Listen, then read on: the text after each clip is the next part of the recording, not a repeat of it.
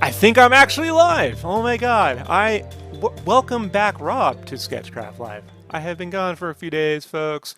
As you know, you future crafties don't know, been a little bit busy dealing with more moving stuff. Had to get a driver's license. But, again, welcome to moving to another state. Anyhow, welcome to SketchCraft Live. I'm Rob Duenas. This is episode 52. This is the time of the podcast where we sit around, we talk about art, we talk about comic books, we talk about Brandon not fucking doing shit, or sometimes when he does do some shit, we give him a little golf clap. That's what we do. To join in on that conversation is Ashley West from GameCave.com. Ashley, say hello. Hi! Oh, wow. Ashley's like all like excited now, right? Like, look at that energy. Very. It's a 180, Ashley, right? 180 from last No, week? 3, that'll be right back. I know. I'm never good with that. All right. And also joining in. All right. Am I cutting you off now? Go ahead. There we go. We're a little, Ashley and I are like on the same wavelength tonight. We're talking at the same time. I gotta like. Oh, you guys are on the same cycle? Yeah, it's called the Make Fun of Fucking Brandon cycle. Welcome to the show, Brandon Led Heavy James. Hi! So glad. So glad you're back. How's that migraine? Yay! Oh, Can you feel it? Can you feel it? I felt it in the back of my right eyeball for probably 2 days. Yeah. So today I felt a little better. I'm pretty good. I still managed to do my lines last night and the night before and work and do the bullets on that War Machine, but I definitely was noticing it when I'm trying to line up some of my lines and my right eye's twitching. I was like, this is not. So I try to squint my right eye and just try to draw my left, and it just wasn't doing so well. So, hi everybody. It's the world's tiniest violin for Brandon. Oh, he had to draw some lines. Very first world problem-ish. All right, so let's get back to updates. What have I been doing this week? So, gonna get back to normal around tomorrow. One of the many things that I had to do moving to another state is I have to go and get a license again. Even though mine is perfectly valid and I don't have any fucking tickets, still have to go get a license. Had to get my car title. All these stupid things they never teach artists how to do, you know, or deal with. I'd have my title transferred. That's a whole nother fucking thing. So I've been sitting there taking driver's practice tests and reading the stupid handbook every morning. And then when I get a headache from doing that, I make some coffee, clean the kitchen, and then I go work on GameCave. So I've been working on a lot of writing. I've told people before in the past, you're not going to see me do a lot of updates on the writing. Every now and then I'll take a photo of me, like I'll take a photo of the laptop. But I'm not going to be like, I just wrote 10,000 words today. You know, like I don't care about. I don't know about that one. You know, like it's not quite the same as posting like a thumbnail. But I have been doing some other stuff. Let's share it. So, I recently did an interview. I mentioned this a few weeks ago on the cast. I said I did an interview with a gaming magazine in France, and they finally sent me the issue today. Their magazine is called The Game. It's all French. Look at this shit. And if we open it up, we go right to page 82. Look at this. They actually put the roughies. They like the roughies. Can you believe that shit? That's in there. I just see the cover right now. That's glossy. Yeah, it's actually really well produced. Look, look at all the art they put up in this shit right here. It's pretty cool. Cool. The roughies are cool though. Yeah, the roughies cool that they're showing the actual. Got a few of the cons. They got that Zelda con saucy that I took a photograph of. Remember for for Andy Bond. Andy Bond, yeah. So yeah, they got a lot of those in there. That Ratchet and Clank little one I did a few years back. But a lot of the you got like 12 pages in there. Jesus. Yeah, the whole interview with me and in French and everything. It's amazing. Got all the links, so sketchcraft.com. So I'd like to say go ahead. How did you do that in French? I wrote it in English and they translated. Okay, cool. So. I was like, Rob, do you know how to speak French? Oui, you know. I've been watching a lot of Dofus, and I just gambled that I know what I'm talking about. Well, I took 3 years of French in high school, so it's easy for me to understand than anime. So I'm a big. What? I was gonna ask her if you could say "Welcome to Sketchcraft" in French. Never put Ashley on the spot, Brandon. Don't make me think. Why you do this? It's been a while. It would be a good bumper. something fancy one time. We're like, instead of SketchCraft, it's like blah blah blah blah. I was never good at speaking, and I was really good at writing, and I'm not good at Memorizing speaking. it. For some reason, when we were in the speaking labs, I was like, I can't. Hey, maybe one day you might Yeah. do a con in France. You might be a featured guest there. That'd be pretty cool. Well, I I can want you all understand to it really well. Anyway, sorry, let's go. see what I'm saying. I want y'all to know I am a huge fan of French art in general. Like they treat cartooning as seriously as we treat 3D animation. You know. Good. Yeah. That's good. So it's really quite an honor to be featured in a French publication, and I'm a big fan of like studios like Ankama. Tons of French animation. They really merge anime and Disney animation. You know why? Because they actually have studios that do both out there. Like like Disney actually set up a studio in France back in the '90s, like to do like Hunchback or Notre Dame and stuff like that. So Isn't there a Disney nice. World in France? there is. I've been to that. Yep. Ah. Paris Disneyland, which, when you have real castles like 200 feet in the other direction, or a couple miles that way, it's like, well, this is very interesting. They have real castles, and we don't. Yeah, I almost wish they'd built Tron there. Like, if they had known Daft Punk was going to be as big as they were in the 90s, they should have made Disneyland like all Tron out there, so it didn't compete. Yeah. They actually have the coolest. Fun fact, folks, if you're going to go to Disneyland Paris, they have the coolest version of the Haunted Mansion. It's an old Western out there. So That's cool. yeah, so it's very cool, like an old Western style, like decrepit home, and kind of like a haunted version of like Westworld. So it's pretty dope. What else have I been doing? Really quickly, and then we'll move on to Ashley. Last night I put together a roughie for the upcoming issue of MegaVisions magazine issue 2, which I will share now. Let's go to desktop. So this is the early roughie I made. They're going to be covering Yakuza 6 in the next issue, and this is their issue 1 finally went live for them. That's what I did the Toe Jam and Earl cover for, and Ashley did the interior Toe Jam and Earl art. And Wait, so I get to do Yakuza? That's why I was saying, just wait. Sorry. So now Ashley knows what. Get prepared, Ashley. Sweet. So it's gonna be fun. So this is an early. I got to work out the roughie to a second pass. Well, it looks amazing. I think I'm gonna like this one too.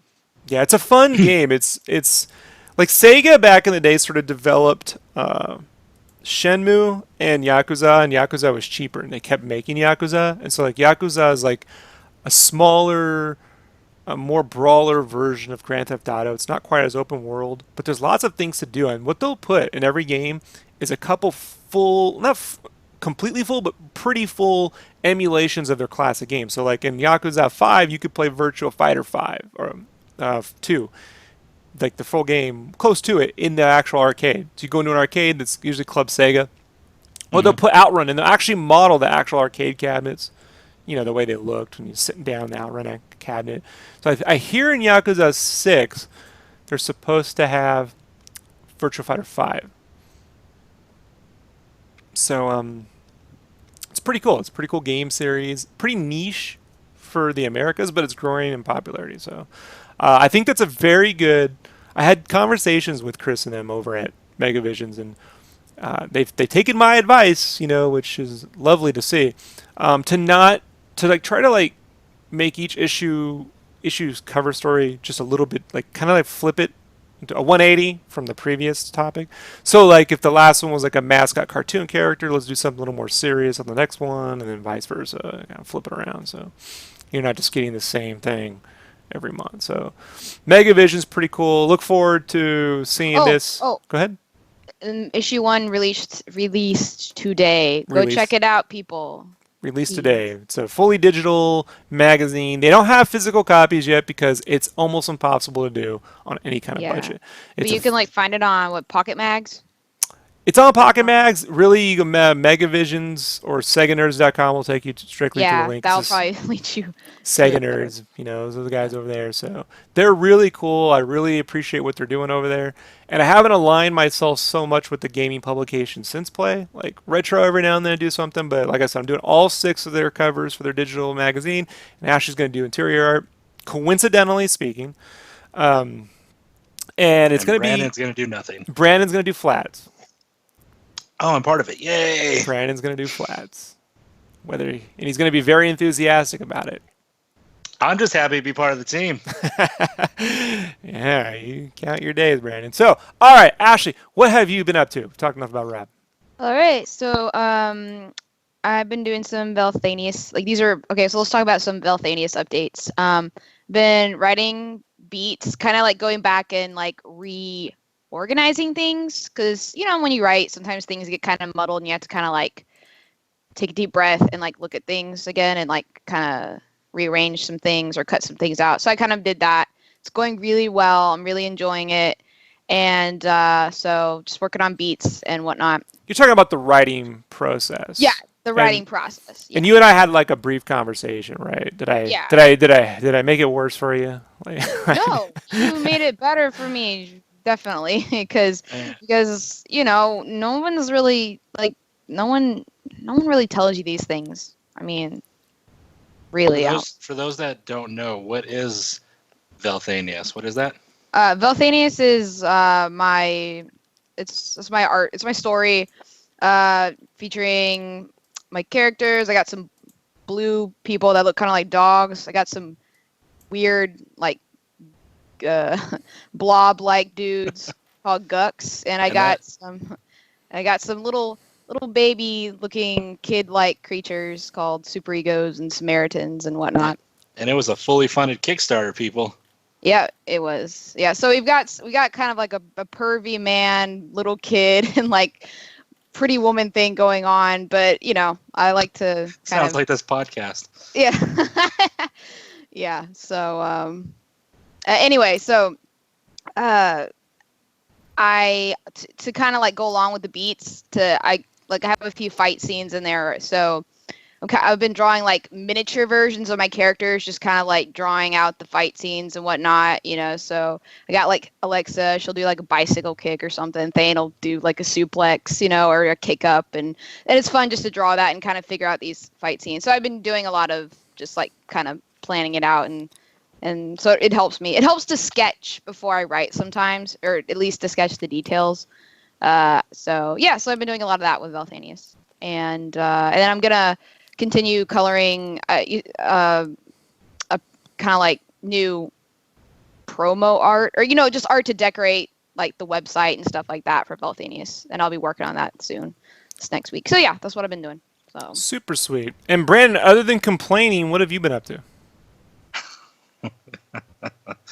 I am staying busy on practicing my lines perspective and redoing past art to make my lines crisper.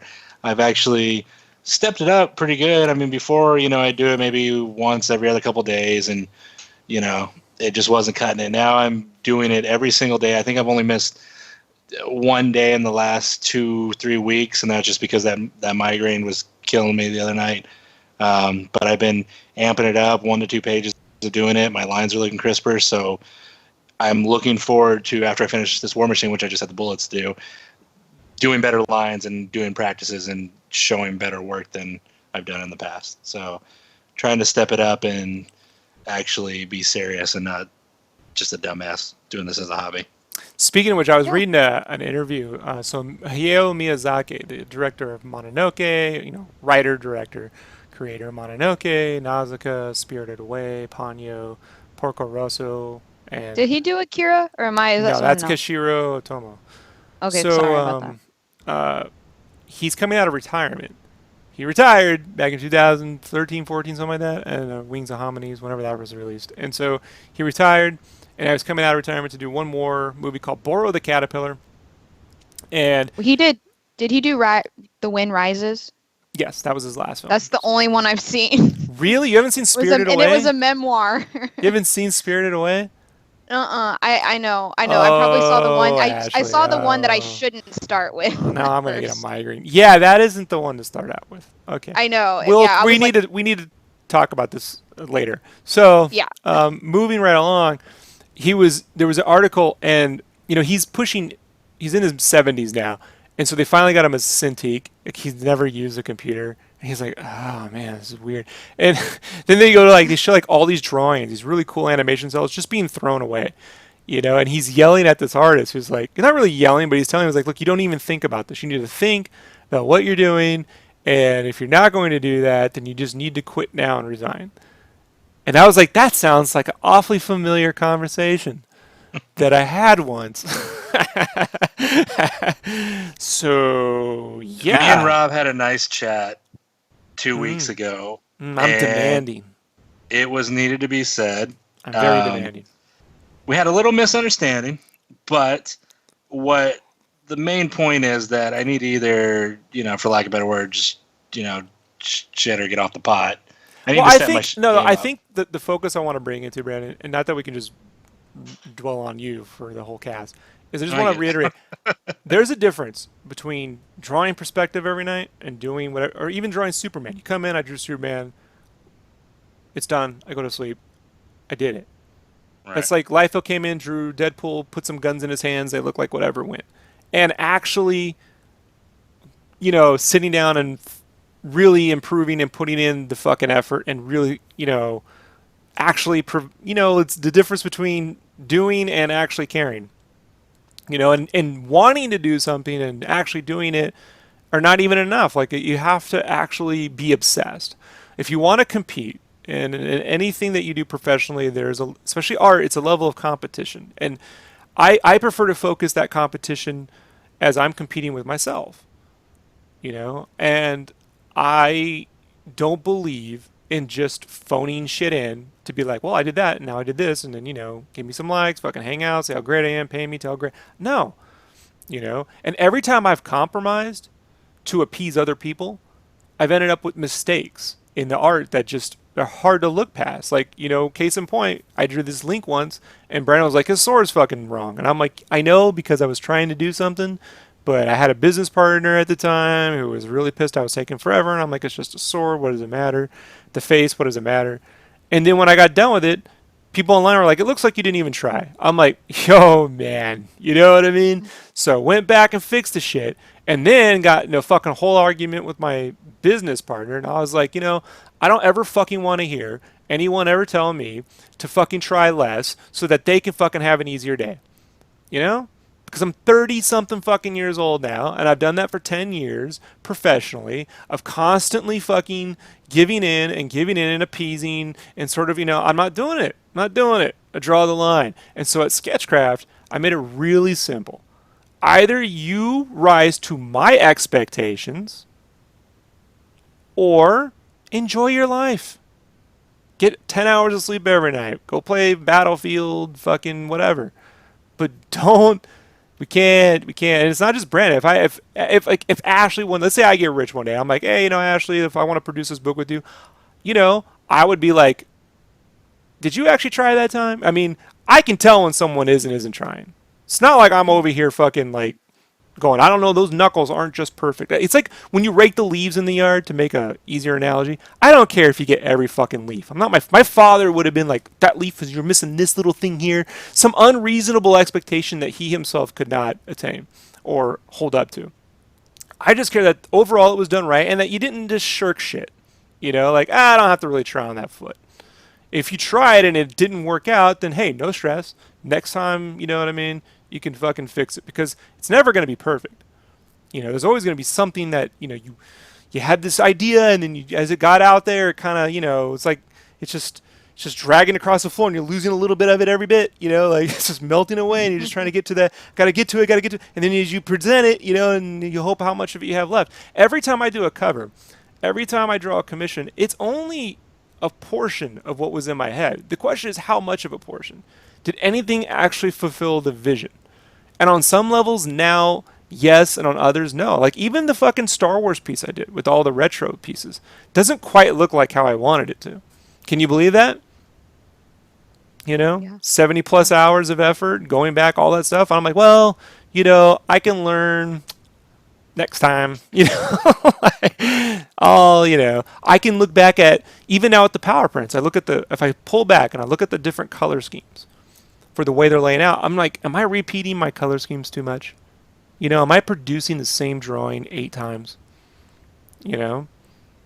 So like that's the stuff that, I say when when Brandon goes to draw a War Machine for the third time, I expect you to be like, am I just tracing over my lines before to crank out another one of these fucking things, or am I actually reconstructing the drawing from the ground up, utilizing all the techniques that I've been working on, drawing just cubes and cylinders over here, to make certain that this line has more construction, that has more, level of detail, or just more strength in the line quality. Right. And those aren't things that are going to bring you likes or 10,000 views. No one's going to run a fucking blog article about it, but they build up, right? Yeah. And I think mean, Brandon, I've lost followers, but I I mean lose this. followers too. Yeah. I mean, but this War For Machine. dumb things. Yeah. every time I post a new video, I lose subscribers, but I don't care. Right? It's overall And it grows. Don't worry about all that.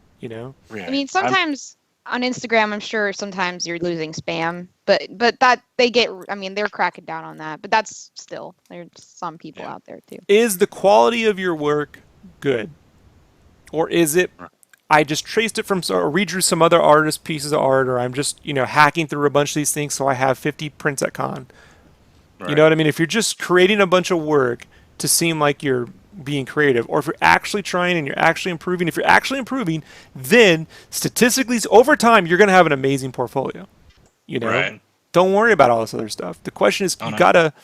gotta train your mind to see the right shit. And Brandon, I think if you look at the stuff when you're really trying compared to like what was going on a year ago with those weird War Machine busts and the Groot and the fucking what's her face from Attack on Titan. God, yeah. No, I mean, definitely. Like, I love this War Machine this time around. This one, I mean, just like his fist, the cylinders, everything that I'm taking my time, and because I have no commissions right now, and I have no flats to do for you, so it's nice to like erase and go back and say, okay, I can make this look better, and I can see the shapes that I fucked up on the last time, and say, okay, what can make this pop more? What can make this more 3D? And so, the spikes on his boots are more rounded cones. Everything has a more solid shape. And doing the boxes every day, I see it now that when I go to make something, okay, things have to turn, things have to pop out, things need grooves. So it's not getting me a lot of likes, and it's not getting me a lot of followers. And people are like, hey, you're posting the same shit. I'm like, but this is what I'm doing at night. I'm taking my time and I'm drawing 10 bullets, and I'm erasing 9 of them and redrawing them, and I just want them to look better. That's how you get better. You're doing. I think you're doing the right thing, Brandon. So Thank you. I see you post. Yeah, you do post a lot of the same thing, but I do too. Like, I mean, I post a lot of like the same. I post my characters, a lot of the same characters all the time because I enjoy drawing them. They're my muses, but I also get better at them, and it's the same. I mean, it's not exactly the same drawing, but still, it's this is what's making you better. And this is what's helping, and that's what it takes. And anybody that understands that is going to respect it, and if they don't, then they're not your friends. You know what I mean? Like, yeah, I've told Brandon that it's basically this. The only follower you should be concerned with is whether I'm following you. And if I unfollow you, that's a fucking problem. Which you have. I have. I've given Brandon ultimatums before. Either you stop this shit, and I've unfollowed him before. Yeah. That was. I'm the only opinion you need to worry about right now. And I think that's, it's like in basic training. It's a freedom. When people go, I don't want people telling me what to do. It's such a freedom when you only have 2 people that are really in charge of you. Rob and my wife. Like you just free that. I don't have to worry about rent. I don't have to worry about any. I just have to worry about what these 2 fucking people want me to do. These 2 drill sergeants. And in basic, you have 2 drill sergeants. So. But it's like, I just, you only need to worry about what I think. I'm relieving you of the stress of wondering what you're going to do at a con, what all your friends think you should be drawing, what movies are coming. I'm taking all that away and telling you what to do. That being said, just doing it isn't going to make things right. You actually have to, and you need to become consumed, like with how the shapes and the lines and the construction start to get really into. I can slice this cube up this way, because the more you go there, Right. you start to fall in love with that process and that developmental process. I can't stress enough, folks. Like no matter how well you paint, no matter how well you shade, no matter how well you ink, if you're inking over a shitty fucking constructed piece, like It all falls apart. like that, everything is in the construction. Just to add into this, just because since I've been doing the lines, I actually have Streecher, who's a follower of both of us, and she tweets a lot of our stuff, and she's been following us a long time. She asked me to we transfer her those Nomon videos, and she started doing them. So she's doing it now, the same thing, and posting the lines because of what you said and me doing it. And then also another person today, just a couple hours ago, I'm gonna put Sketcharoo Panda said I started doing the same thing. Yeah, Sorry. oh good. I started doing the same thing actually. Thanks for reminding me and motivating me on that. So, and they said my lines are getting cleaner and looking better. So it's nice that the people who do want to get better, like you said, they're taking this as motivation and they want their lines to look better on their perspective. So it's cool. What you'll end up doing is just filtering out the people who don't want to hear it and then bringing in the people who do. Right. Yeah. So then you build up your community of friends, sort of. Yeah, until one asshole shows up and then we just mute him. So, all right, moving right along. Brandon, what's your first question? Okay, my first question is, Rob, would you ever sell GameCave? Like for a movie deal, to another publisher, to an independent person? Would you ever sell, because I know you've sold, what's the one at the M? Mosaic? What's the one Mosaic. You sold Mosaic. So would you ever sell GameCave? Okay, well, I want to be honest. We struck a deal to have Image publish Mosaic. Didn't sell it. I didn't make any money on Mosaic. It cost me $800 in a booth at Comic-Con that we never went to, and I didn't get refunded. It took them a year to get me my money orders back, and then Transwestern screwed me. So Mosaic cost me $800. I never got paid for that. Okay. Second of all, would I be willing to sell it? I don't know, man. I don't think anyone's ever going to be interested in that. I don't think it's a project that can sell. I don't see. But if it was, I mean, if it is someone struck the, would you give? Yeah, I don't care, man. Like you could say, well, you sell your characters out. That's a sell. Yeah, well, that I would sure, like. It's not like Metallica makes their music. I'm not for free. married. What I have a problem, as long as I can see a benefit. What I have a problem with is when I'm working for a company and I just draw some shit that becomes super popular and then I never see a payday. Right. That's where I lose my mind. Well, I have a follow-up question to that. If you create a character for a company, Marvel, DC, Image, what part of that character do people actually own? Because you see all the time where the Rocket Raccoon creator and Doctor Strange you own nothing. They might give you credit, so you get a little writer's credit. They might. Yeah, I mean, sometimes they have the contracts different. They might have a thing where they can say, well, they might get some residuals on certain things and a certain percentage based off, the money made after we take a profit. What is that, net or it's net, right? So, like every deal is a little different, but just generically, you don't own shit, and they don't have to give you credit for anything. Period. These days they tend to. That doesn't mean you see some great paycheck, Some people have deals. I mean, I know some people have deals. I don't know what those deals are, but case in point, like Alex Ross owns the rights to his art, however that's set up. So anytime they reproduce Alex Ross stuff, he does see a percentage of that, even on a T-shirt, which is why we weren't allowed to use. Have you ever wondered why you don't see Alex Ross T-shirts in Walmart or Target? Mm-mm. He's produced a lot of pretty good. He produced but you see him through like graffiti designs or someplace where they'll pay him some money because there's going to be like a low run, 500 shirts, maybe never more than 1,000. Usually like 500 shirts, but in runs of 20,000, 30,000, 50,000 T-shirts, you don't see that. You know why? Because they don't fucking want to pay that guy. Same with I know Scotty Young has some deal as well because we had to get specific. They would never let us put Scotty Young stuff. Like all that stuff with the babies, the little Avengers babies couldn't do it. Little Spider-Man babies couldn't do it. He had some deal, and I know Hot Topic set something up so they were able to. Then they put all of his stuff in a specific style guide for the Guardians because he did that Rocket Raccoon Groot thing. Right. So we weren't allowed to use any of it. And then Hot Topic made such a fucking loud stink about it, rightfully so, that will work on a T-shirt to the Invader Zim crowd more than their photorealistic movie assets. Oh yeah. Right. So then they made a whole style guide. For sure. Because, and the reason for that is so that all of his art has a code attached to it. So when it goes anywhere, you file the code, and then they can track wherever it gets sold, and then that guy got a paycheck out of that. Oh wow! So just like if a musician, if their song gets used anywhere, commercial, anything, they always but that depends on what their deal is. I guarantee you, every time I put Eric Larson's Spider-Man on a T-shirt, he never saw a dime. And Mark Bagley, who was sitting right next to us at Vegas Con last year, he was sitting right next to me. I was like, yeah, he's like, put your stuff on a shirt. It always says, he's like, I don't see any money. I'm like, that's your sign a deal. I can't help. That's why Todd left Marvel. What if like let's say Savage Dragon, right? Since that was created by Eric Larson. Yeah, Eric Larson could. If that gets put on a shirt, does the Image get the money, or does he does? Image doesn't own anything. That's the core fundamental. Okay.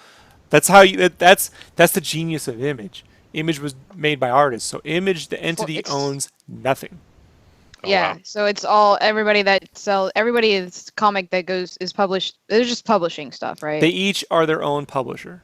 They're but they're so under really, the house. Image was Wildstorm, Homage, or at the time Homage and Wildstorm. It was Homage and then Wildstorm, then Top Cow, right? McFarlane, Extreme Studios, each little individual publisher in a way. It's like a bunch of little publishers under this banner of Image. If you watch the documentary Image Revolution, they kind of they explain that well enough, but they kind of briefly touch the topic that, you started to see Wildstorm on the front under Image, Top Cow under Image. It was like right at the top, Top Cow and Image. And that became a real problem for them where it's like, they wanted to differentiate themselves so much from everyone else that, what is Image now? I don't know. Image, no one knows what Image means anymore. It's good and bad. I mean, it's brilliant in that, if The Walking Dead is owned by Robert Kirkman. Yeah. Image, right? But no one thinks of that as an Image comic book. It's The Walking Dead. Like, it's the most amazing thing ever. Like, their biggest success in Hollywood has been The Walking Dead. It's an Image comic book. No one considers it's like The Road to Perdition. No one considers that a comic book movie. No one considers The Walking Dead a comic book show because comic books right now in America are synonymous with superheroes. Period. Yeah. Not comic books, superheroes. Right. So, we got a long ways to go, folks. What I would not, again, just to reiterate or to sort of cap it all off. What I don't like is I've sort of found myself in a position over the last couple of years of doing variant covers, and a couple times I've been asked to just do whatever you want, and then I create a visual that they own, and those characters end up getting their own books, and I don't get any credit. I don't see one dime. I don't own the character. So one of my rules now is I don't do that anymore. People have asked me, "Where's another Angel cover, Rob?" It's not gonna happen. I love Tom, love him dearly. That's the way work for hire is. But that character did, and none of them Angels, none of that shit looked like that when it was handed to me. So then that got our whole fucking thing going, and people are like, "Dude, who owns that?" And I'm like, "I don't, Tom. I don't own shit. Whatever. I don't care." It's like the designs I even did on the Oz book. It's not like it says designed by Rob Duenas on the book. Everyone thinks Nei or the artist is a dude that has a chick's name. It's crazy. People think he's a girl. Oh, Shannon? No. Allison? No. It's something like that. You know what I'm talking about. Allison, right? Yeah, they think that's a girl. It's a guy. So it's funny when they hit on him. I'm like, it's cool, but do you know what you're hitting on? Just, you just say it. Remember Ace Ventura? Finkel. Yeah, I I kind of got a thing going where a lot of people think I'm a guy on Instagram. They're like, "Hey, great work, man," and I'm like, I almost want to be like, "Oh my gosh, like thank you," and like be like, and they'd be like, they get like creeped out for a minute, because, but then I'm like, nah, I'll just continue to try to, You should pretend I'm a take guy. pictures of yourself, Ashley, but with one of those knitted beard masks. Just really confuse people. What's going on with that? I like the crocheted knitted beard mask. It's such a fu. It's just crazy to those things. Anything else, Brandon? Any other questions about this? No. You covered it all. Speaking of Instagram, Ashley, you got a question about hashtags? Yeah, are there any hashtags that can like get you into trouble? And I mean by let's say you're doing a commission and you hashtag whatever the said commission is, and then Like Marvel or something? Or? yeah, and they're like, what are you doing with that character? You can't sell that character without make money off of our character. And you're like, whoa. And you've explained this briefly before, but are there certain tags or, what is your take on this? If you're just an independent artist drawing a commission, you tag whatever you want. I don't care Okay. what no one's going to fucking harass you over that. They can't. They don't own the art. Where you have to watch out is when you actually work for these companies and you do things on the side, like a commission or something that might actually be in violation of a contract you signed. Rob's gotten fired. I see. Okay, so that's. I've never been fired. I was laid off once, but that had nothing to do with anything. I meant the Kickstarter incident with the Marvel. I was made very clear to me I was not welcome there, and I left. All right, let's just be honest. They gave you an ultimatum, I think. Well, they harassed the fuck out of me to the point where there was no point in continuing that relationship, and have since have continued to make certain that I don't. I can't get work again. I can't prove it, but it's true. Like black holes. Can't actually prove it, but it's true. Pretty certain of it. So, yeah, I wouldn't worry about all that. Like, case in point, I never, this is always tough, right? Like, in t-shirts, you're doing t-shirts, stand to reason that maybe you want to freelance some t-shirts, but then you're under these rules that say you can't freelance for competitors. What are you supposed to make money doing? It's kind of what you do, and if you're being paid $17 an hour while the owner's driving new Lamborghinis and you live in California, you're like, this is fucking ridiculous. You can't, I remember one year, let's see, I got paid decently that year, but someone just got hired back who used to make $25 an hour, and they got hired back at 17 because they left and they were punishing them. This is true. And then that was the year of the Avengers. It was 2012. We hadn't sold that many t-shirts since Spider-Man 2. The Avengers was phenomenal for merchandise. You remember seeing those t-shirts everywhere? They sold. That year for Christmas, the entire art department was treated to a $25 gift card to Target. And the owner drove a brand new limited edition Lamborghini. So, do whatever the fuck you want. Don't hashtag shit. Matter of fact, if you're doing something that literally might get you fired, don't fucking set up an LLC in some other weird name. Have your wife or your girlfriend or your boyfriend or your husband, have them answer all the phone calls, you know what I mean? And make your money, Don't promote it. But, yeah. I've had a fun career. So I wasn't having it when they told me I couldn't draw a picture of Captain America on my own time. That's when I was like, no, we're not doing this. There's no incentive, man. I had to pay for my own Cintiqs at that place. They didn't want to spend money on a Cintiq. You don't need it. It's not essential to your job. I'm like, I'm making you how much? I'm the number 2 artist here. The number 1, the art director, number 2, me. I'm not asking for a raise. I'm asking because my Cintiq was dying and I had one at home. I didn't want to bring my one at home and spend another $800. Could you replace my Cintiq? No. And by the way, are you drawing pictures of Captain America outside of work? You can't do that. I'm like, what do you mean I can't draw a picture of Captain America? Show me the fucking thing in the... All right. Thank you, Brandon, for taking me down memory lane. And remind me why. That does clear things up for me. I started this podcast in the first fucking place. They hate this, by the way, too. They do every now and then check this shit out, and they hate it. But it makes me happy. So hashtags. They can't get you. The only hashtags that can really get you into trouble are when you're like hashtag political affiliation. See, I don't do that. I try it one night. See where I put hashtag Psychonauts2 once and almost had the internet rip me a new asshole. Like Why? there are you do not open up. There's an Eye of Sauron on Twitter, right? When it comes to gaming, Right. that is just set in its fucking ways, you know. And I feel like actually don't. It's like putting on the ring. I can control it, you know. I can I could use it for good. I don't know, man. I just like Psychonauts 2. I think it's looking amazing now. I'm glad I backed it. Fuck you, you know. So that'll come back to haunt me when I run for office one day.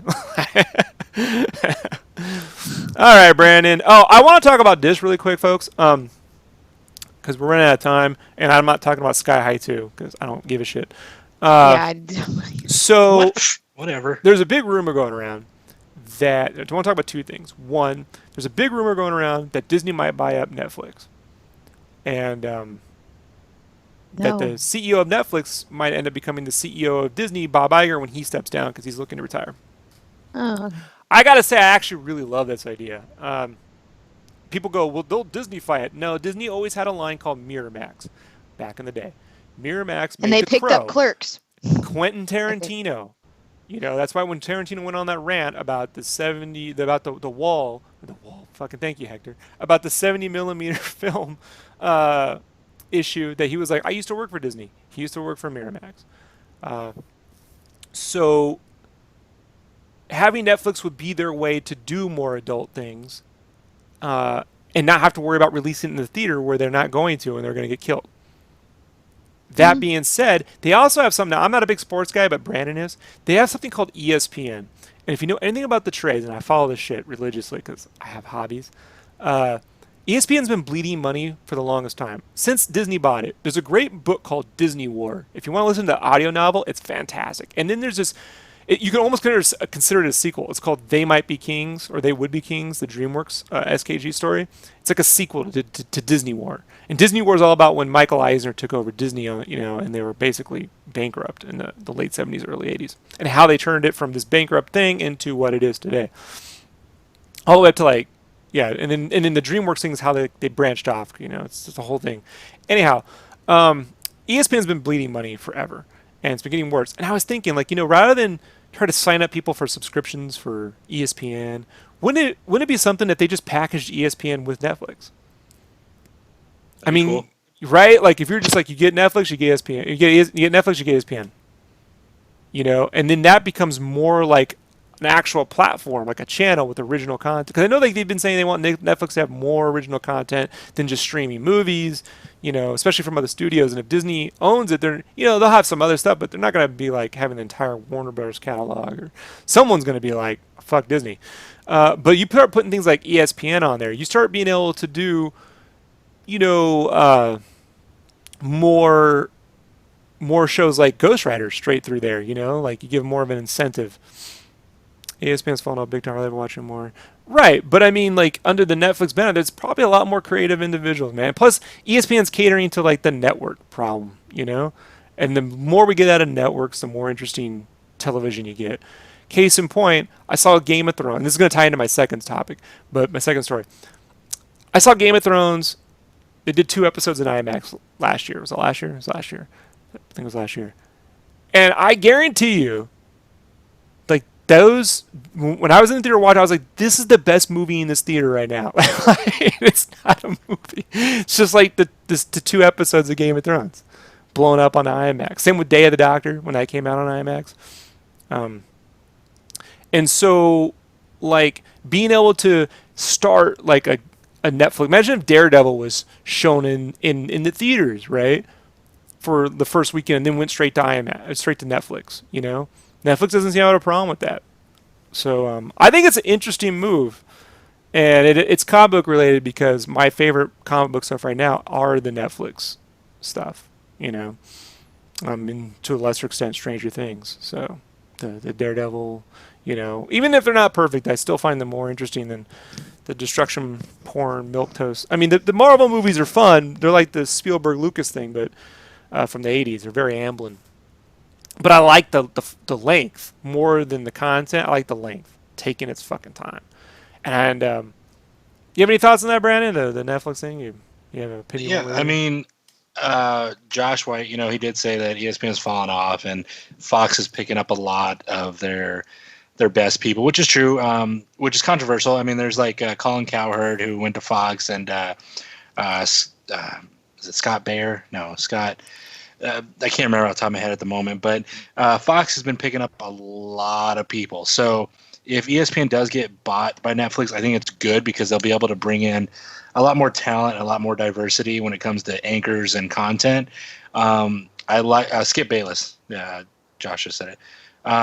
So I like it. I like Scott Van Pelt is one of the guys does Sports Center, and like if he left, I'd be pretty upset. So if Netflix buying it means more money, more content, keeping people around, then I'm definitely all for it. But if they came in, they changed it up, and a lot more people left, then it'd bum me out. But I still like ESPN. I like the NFL Network. I'm big about football, not many other sports, so it wouldn't affect me too much if ESPN just I don't really care. It was just a side thing in my head, like a way to save ESPN could be Netflix. And that's not really a topic anyone's talking about right now. So, Ashley, you have any thoughts on Netflix and Disney merging? Nope. I guess go for it. Go for it. Go for it. When does Ashley see her residual? That's what we all want to know. And then lastly, so they announced today that there's going to be an Inhumans television series. Oh, wow. ABC is going to produce it. They're going to shoot, at least I know, the first 2 episodes in IMAX, and they're going to release them in IMAX. Now, I'm going to be... last week, Brandon, myself, and... What was it? Brandon? Was it Mike? Brandon, you weren't part of that. Mike and Kyle, actually. Myself, Mike, and Kyle did a spoilers recap on Doctor Strange. I was on it. Huh? Were you on that? Yeah. Okay. Brandon was there, too. How easily I'm forgotten. I don't know, man. So, I've tuned your voice out last week. That's what it was. So, we're okay now, but, So, I'm going to make that available, if it already is. I can't remember. I have driver's test shit up in here right now. You know what I mean? I got to go take that fucking thing. So, anyhow, one of the things I was mentioning was at what point could they merge this television... Is there some way to merge the television movie theater experience in a way? Because, the idea of, Strange when he was... this is spoilers, it's not really... Strange... Imagine Spider-Man training to be Spider-Man. Rather than doing a montage and getting through it in 15 minutes and now he's Wooloo Spider-Man, That, if you had a way to merge that with the television component. And this is the closest thing I can see to that already, where, you debut 2 hours worth of content into IMAX. It's going to play there for a month, and then you go watch the remainder of it on television. It's pretty cool. And they're shooting it in IMAX for TV. Pretty cool. I know Collider Heroes released their new episode today, and they were kind of briefly talking about it. And I think Robert Meyer Burnett was asking about how Ike Perlmutter's the head of Marvel, and he's running the television side of things. And Kevin Feige's running the head of Marvel, the cinematic stuff. And they used to have to, get approval from one another, and then now they're separate. Is this a way that, Perlmutter's getting around the Feige thing? I'll just fucking put this straight into, movie theaters. And I don't know about that, but that's an interesting, conversation to have. Also, IMAX is paying for this. So is IMAX getting into its own original content now? Could you imagine going to... Man, what if you could go see a movie and then you could see a supplemental television episode before or after the film as well? That'd be cool. I don't know, man. I don't know.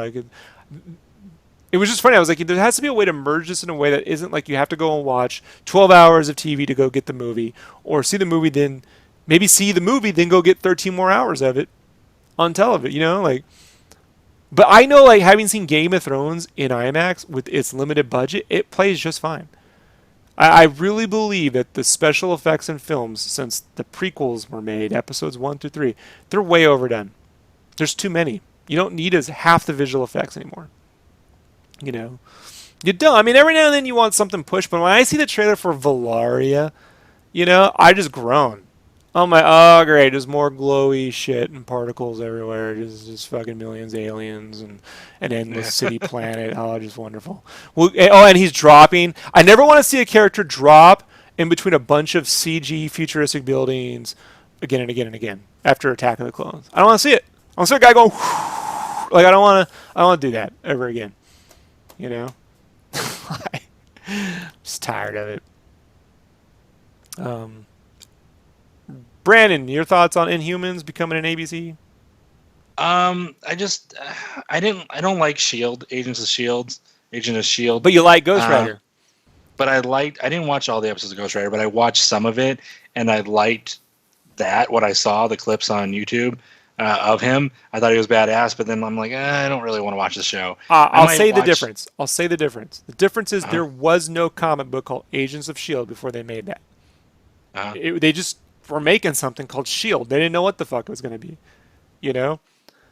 Taking elements of a Ghost Rider comic book and then turning it into a series works. Taking elements of Inhumans and making it into a series, you have something to start off with. The ABC is usually happy if they make it dark and gritty. Like if they open up the show and it's just Black Bolt sitting there at his throne, you know, hands up like he normally is, just brooding, and that's like the opening scene or just open part of it where you're like, this is a troubled kingdom type thing, then I definitely would like it. I want to see that troubled family ruling their own little mini nation kind of conflicts and not just and the 10 to 13 episode limitation. Yeah. Right. I don't want 24 episodes like, you know, Arrow, where you're like, there's just too many episodes, and then they got these episodes where they gotta like show how Mr. Terrific is important to the team, as if I don't fucking already know. You know, like why do we have to do a whole episode on this? You know, like why are there twice as many episodes of Arrow than Daredevil and half the story? Explain that one to me. Because it's on television. Bingo. And Bingo. Yeah. So who knows? I'm not saying it's going to be perfect, but this is a cool, different thing. Interesting to see how it plays out. Ashley, did you watch Game of Thrones or anything like that? You follow that? Nope. I mean, whenever I babysit, my sister and my brother-in-law come home, and then I just hang out with them for a little bit. They'll like watch it, and I'll see it. And I tell you, I don't watch it, but it's compelling. Like I mean, like it's definitely interesting. I can't stop watching it. I'm like, whoa. Yeah, when you see those battles on the big screen, when you're in a group full of actual Game of Thrones fans, not like moms who drag their kid in. I wonder what this is going to be. Is it chummy hobbits? No. Like, no. What are you doing? Get him out of here. Take your ginger mints. Get out. You know. So I just but the downside is it ends up looking like TGIF with mutants on the big screen, right? That will be a colossal fucking waste of time.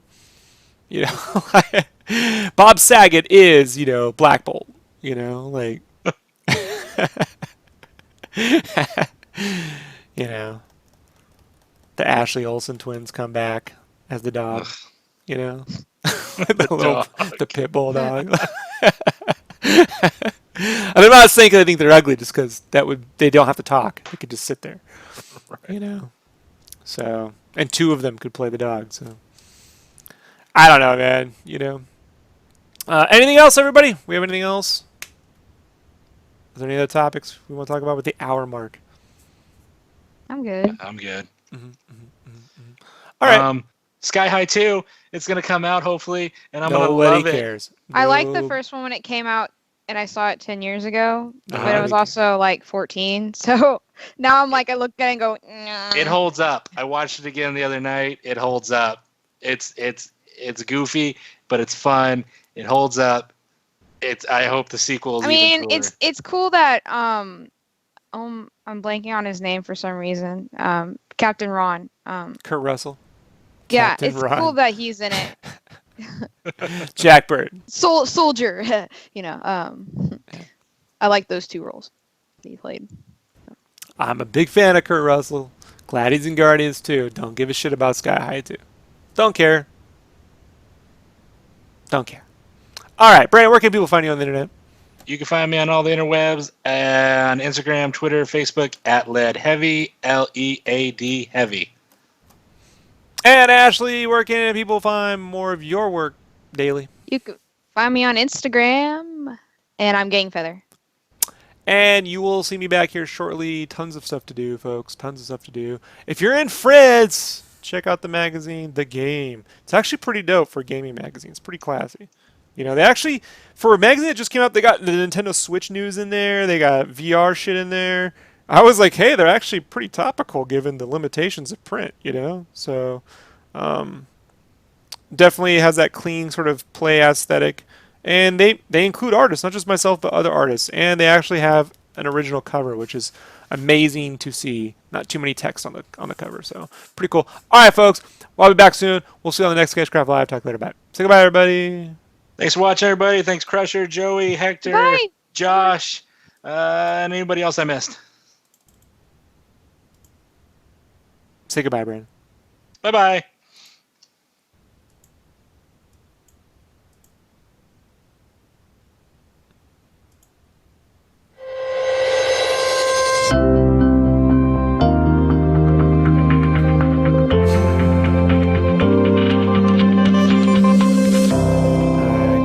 Scanning that Batman. We got Batman stuff to do. Final Fantasy VII.